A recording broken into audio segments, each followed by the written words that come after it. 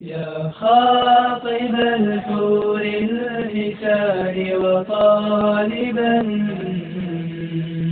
لوصالهن بجنة الرحمن. قرآن bu haqda nima deydi? وَلَهُمْ فِيهَا أَزْوَاجٌ مُطَهَّرَةٌ وَهُمْ فِيهَا خَالِدُونَ. Ular uchun jannatda pokiza juftlar bordir. Allohning shahidlar uchun tayyorlab qo'ygan ne'matlarni inson aniq tasavvur qila olmaydi va insonning aqliga to'g'ri kelmaydi.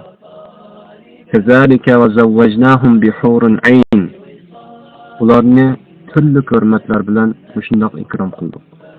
Shahlo ko'zli ko'rlarni ularga juft qilamiz. Allah subhanahu wa ta'ala jannatda solih mu'minlar uchun, bo'libmi mujohid shahidlar uchun yaratgan ayollar Qur'on istilohida hur-ayn deb atalgandir.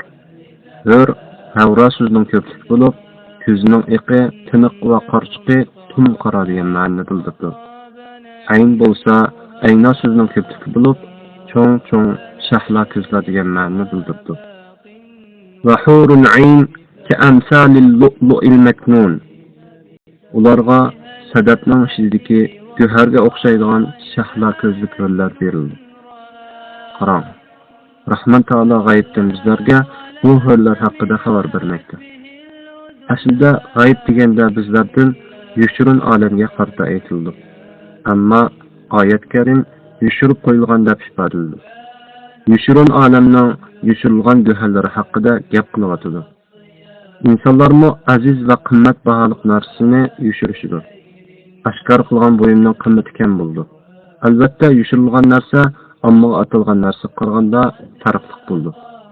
Uni egisi bo'ldi. Lekin bu yerda yushirilgani biror bo'yim emas. Balki bebaho ahu ko'zlardir. Ularni na inson, na jin ko'rgan emas. Ular barcha maxluqotdan yushirilgan. Xalqimizda qizlarni maqtamoqchi bo'lgan kishi onu sevmagan degan so'zni ishlatadi. Lekin bu mubolag'a so'z bo'lib, haqiqatdan yiroqdir. Bu jannat qizlarini bo'lsa, faqat Alloh bildi. Agar u zot bu xabarni bermagan bo'lsa, boshqa maxluqlar bilmas edi. Mutlaq ko'rmagan va ko'rolmaydigan bir narsani tushuntirish qiyin albatta. Shuning uchun olamlarning parvardigori g'ayb olamni biz bilgan va ko'rgan dunyodagi narsalarga o'xshatib tushuntirib berdi. Oyatdagi sadab ishdagi go'harga o'xshatilishni mana shundoq tushunishimiz mumkin. Yushirilgan, intayin go'zal, ko'zni qamashtiradigan, to'limi pokiz, bebaho, ko'p e'tiborli va erishish qiyin. Biz sadab ishdagi go'har deganda dengiz tagida sadab qatiga yushirilgan, ko'zni qamashtiradigan qimmat baholiq tosh deb tushunamiz. Onun erişimi oson emas albatta. Shuning uchun oz sonli odamlar bu toshning qandoqligini bildi. Oddiy dengiz toshlarga erish qiyin bo'lgan yerda go'hardaq qizlarning misoliga yetish oson emas albatta. Baxtli kuyovlarga atalgan, ko'zni qamashtiradigan bu kelinchaklar sadab ishdagi go'harlar kabidir. Balki shaklik fikrlarimiz uni tushunolmaydi. Boshqa oyat karimda كأنهن الياقوت والمرجان. Goya ular süzüklikte yakuttur. Aklıkta narvayittir. Büyük Rabbimiz biz bilgen dünya alemdeki birer güzelliğini tariflep maktığını yok.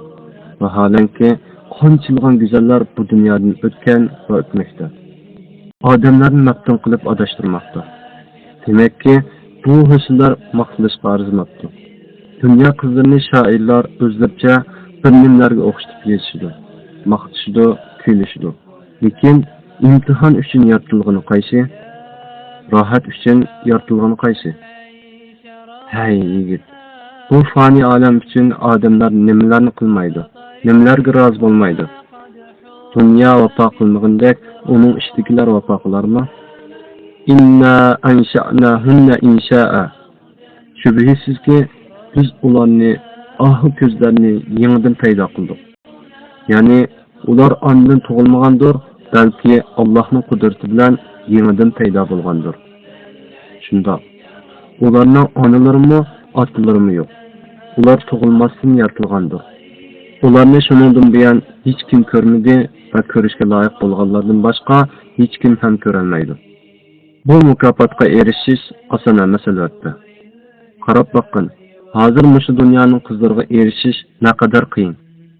Hech kim sana uzun yil beqib tarbiyalab cho'ng qilgan farzandini osonla berib qo'ymaydi. Buning uchun albatta shuningga loyiq ish qilish kerak. Buningdan sirt qiyin ota va qiyin onnimi rozi qilmay boqqancha. Ba'zilar xuddi qizlarini o'zi yaratgandek, bo'yini sotgandek setishidi. Shundoq qilib, nisb bo'lgan bo'lsa, bir amallarni qilib, o'yinib, dunyodagi arzimas narsalarga mubtalo bo'lib, turmushga baxshilab kirib ketsa. Undan keyingi mushaqqatlar juda ko'p. Hammasi imtihon. Demak, dunyo nikohi uchun shu qadar mushaqqat chekkan yerda oxirat mukofotiga erishish ham oson emas. Faj'alnahunna abkara uraban atraba. Ularni pokiz allarga amroq tantish qildik. Ularni Alloh bakiralar dedi. Bir tarafdan ularni ko'plik holatga keltirmoqda. Yani bir tarafdan bu bakiralik biz bildiğin ve düşündüğün halda emas. Ebediyetinin bakiralikmi o'ziga xosdir. Bu hörning qandaqligini tasavvur qilishning qiyinligini ko'rdimmi, birodarim? Qandaq qilib bo'lsa-mu, shularga erishishga harakat qil. Bu qayg'u va tashvish dard to'lgan hayotdan zerikkan va bezor bo'lgan bo'lsang, dunyoning bevafoligini, ochiqligini tetigan bo'lsang, muqaddas oyatlar yana hurlarni ta'riflashda davom etmoqda. Va furusin marfu'a. Ular igiz yumshoq to'shaklardan bahramand bo'ldi. Igiz ko'tarilgan to'shaklarning qandoq ekanligini tushunish qiyin. Uyingizga yumshoq to'shakda yotganingizda o'zingizni qandoq his qilasiz? Agar shu to'shak bir necha qavat qilinlashtirilsa, ichiga sho'ng'ib kirib ketsa, bu odamlarning qo'li bilan yasalgan oddiy to'shaklardagi holat.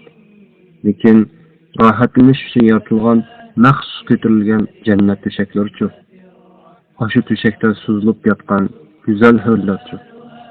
Seni shularning yanada bo'lishdan nima to'sib qola oladi?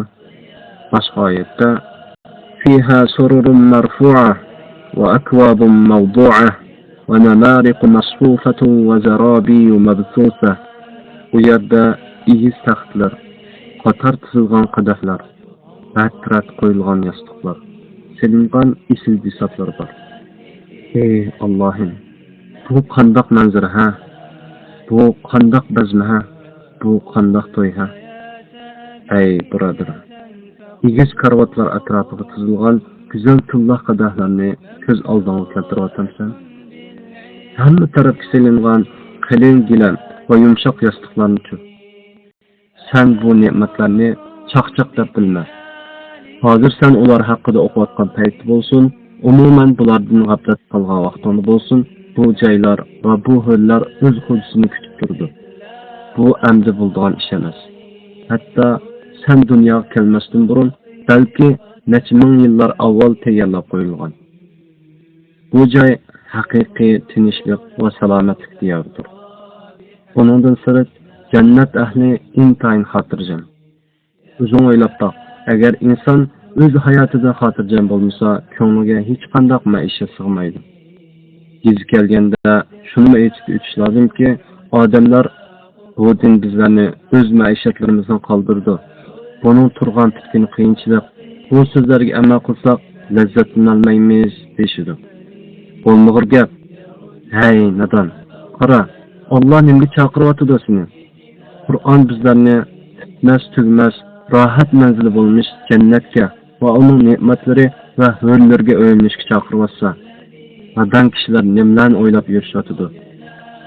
Nima musulmonlar lazzatlanishni bilmamdi? Ya, balki qandoq yashashni faqat ularla bildi. Musulmonlar bu hayotning tezla tugaydigan sinoq bosqichi ekanligini, uning o'rniga haqiqiy hayotni qo'lga keltirishni o'ylaydi.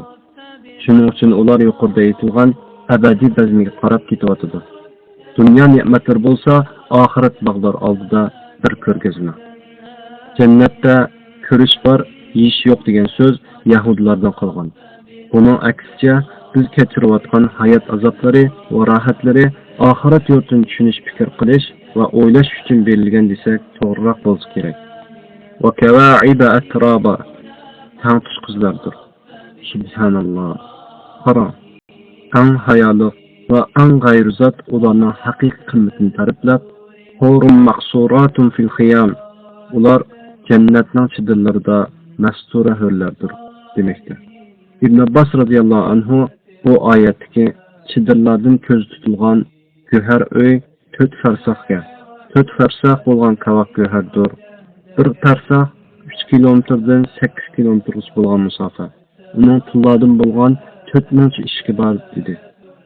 Umar ibn Xattob radhiyallohu anhu qiyomning nima ekanligini bilamsizlar? U 3 kavakdir degan edi. بوصالهم بجنة الرحمن